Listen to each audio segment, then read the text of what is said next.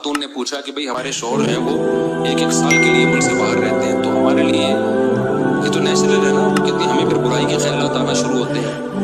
तो उन्होंने कुछ ऐसे कुछ सवाल पूछे वो हया के खिलाफ है, मैं उसको नहीं यहाँ डिस्कस कर सकता।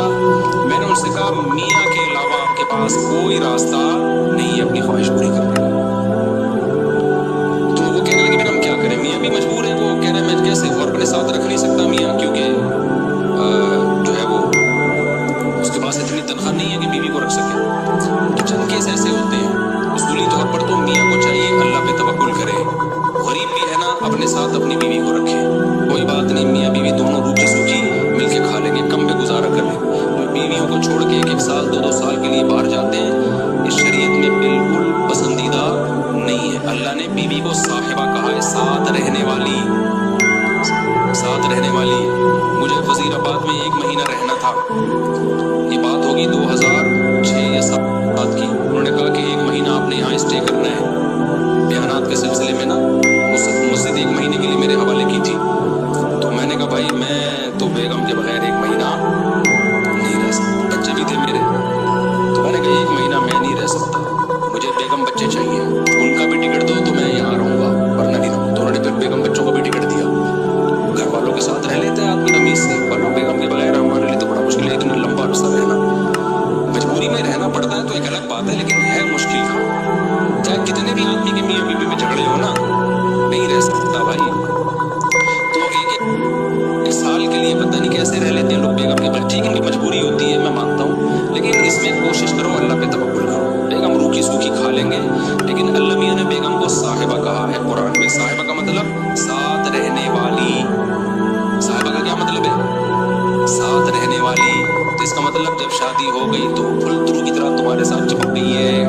फुलतरू की तरह इसलिए कह रहा हूँ कि लोग पसंद ही करते हैं, लेकिन अल्लाह ने उसको आपके साथ क्या कर दिया है, आप जहाँ जाओगे बेगम साहिबा साथ साथ होगी।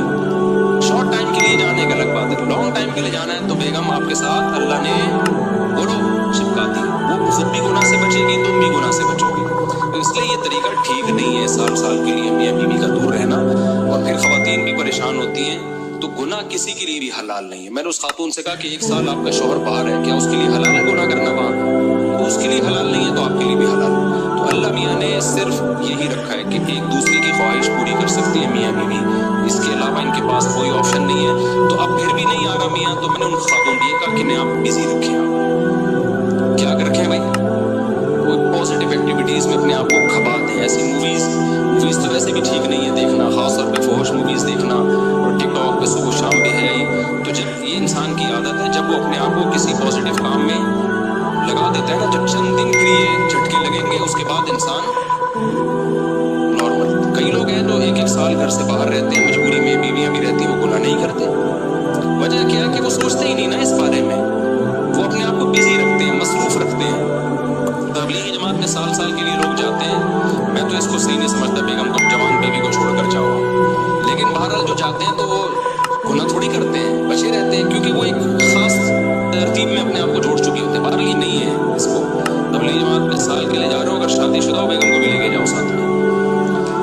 हम तो यही कहते हैं तबलीग वक्त से, अगर साल के लिए जा रहे हो, ये ज़माना बहुत खतरनाक ज़माना है। हज़रत उमर ने जिहाद में नहीं छोड़ा था, तो या उसके लिए जो है वो एजड हो गई है, बूढ़ी हो गई है, एक अलग बात है, लेकिन आजकल बहुत मसाइल खड़े होने का खतरा होता है।